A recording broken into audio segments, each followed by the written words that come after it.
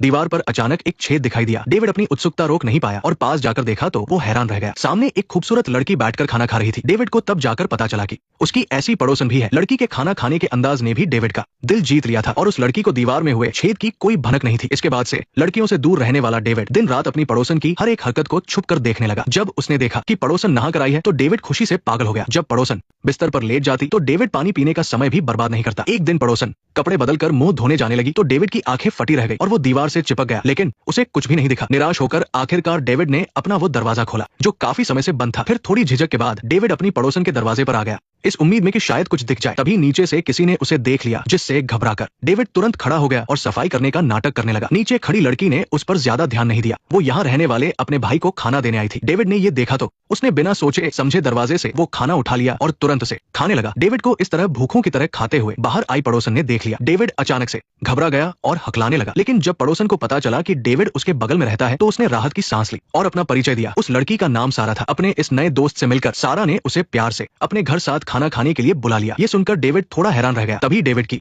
नजर उस छोटे से छेद पर पड़ी और वो घबराकर उसे छिपाने की कोशिश करने लगा, लेकिन सारा वहां आ गई। सारा ने उस छेद को बिल्कुल भी नोटिस नहीं किया, बल्कि वो डेविड की ढीली बेल्ट का मजाक उड़ाने लगी। इससे घबराकर डेविड ने तुरंत मुड़कर अपनी बेल्ट ठीक की। इसके बाद डेविड और सारा ने एक साथ बैठकर खाना खाया। डेविड को यकीन नहीं हो रहा था कि सारा सिर्फ खूबसूरत ही नहीं है, बल्कि वो खाना भी बहुत लाजवाब बनाती है। बाद में घर लौटकर जब डेविड ने सारा के दोबारा खाने पर बुलाने के बारे में सोचा तो उसे लगा जैसे वो कोई सपना देख रहा हो। इस तरह डेविड को अपनी आगे की जिंदगी जीने की एक नई वजह मिल गई। इसके बाद जब भी डेविड खाली होता वो उस छेद से सारा को छुपकर देखता रहता था। वो रोज सारा के साथ खाना खाता था। रात को जब तक सारा सो नहीं जाती डेविड भी सोने नहीं जाता था, लेकिन रोज सारा के हाथ का बना खाना खाने से डेविड को खुद पर थोड़ी शर्मिंदगी होने लगी। इसलिए एक दिन खाना खाते हुए डेविड ने सारा से पूछ लिया कि मैं कुछ काम धाम नहीं करता और बिल्कुल बेरोजगार हूँ, फिर भी तुम मुझसे मिलना क्यों पसंद करती हो? सारा ने बड़े प्यार से इसका जवाब दिया, लेकिन इस बात से डेविड को और भी डर लगने लगा कि सारा के साथ उसका ये रिश्ता अचानक खत्म ना हो जाए। डेविड की ये बात सुनकर सारा ने बड़ी गहराई से कुछ कहा। सारा की बातों ने डेविड का दिल छू लिया और उसे अपनी छुपकर देखने की हरकत पर बहुत शर्म आई। इसके बाद डेविड ने उस छेद को बंद कर दिया, लेकिन डेविड को सारा की उस बात का असली मतलब बिल्कुल भी समझ नहीं आया था और आज रात कुछ बहुत ही अजीब होने वाला था। सारा के घर लौटने की आवाज सुनकर डेविड खुद को रोक नहीं पाया और फिर से छुपकर देखने लगा और तभी कुछ बहुत ही डरावना हुआ। सारा ने कमरे के अंदर रेनकोट पहना हुआ था और वो अपने साथ एक आदमी को भी ले आई थी। डेविड ये देखकर घबरा गया। उसे लगा कि शायद वो सारा का बॉयफ्रेंड है। वो आदमी सारा के साथ बदतमीजी करने लगा, जिस पर डेविड को बहुत गुस्सा आया, लेकिन अगले ही पल सारा ने कुछ ऐसे अजीब मूव्स दिखाए कि उस आदमी की बुरी तरह से पिटाई कर दी। डेविड हैरान रह गया। उसे पीटने के बाद सारा एक बहुत ही खौफनाक तरीके से हंसने लगी। डेविड को अपनी आंखों पर यकीन नहीं हुआ। वो और पास से देखने गया तो उससे एक किताब नीचे गिर गई।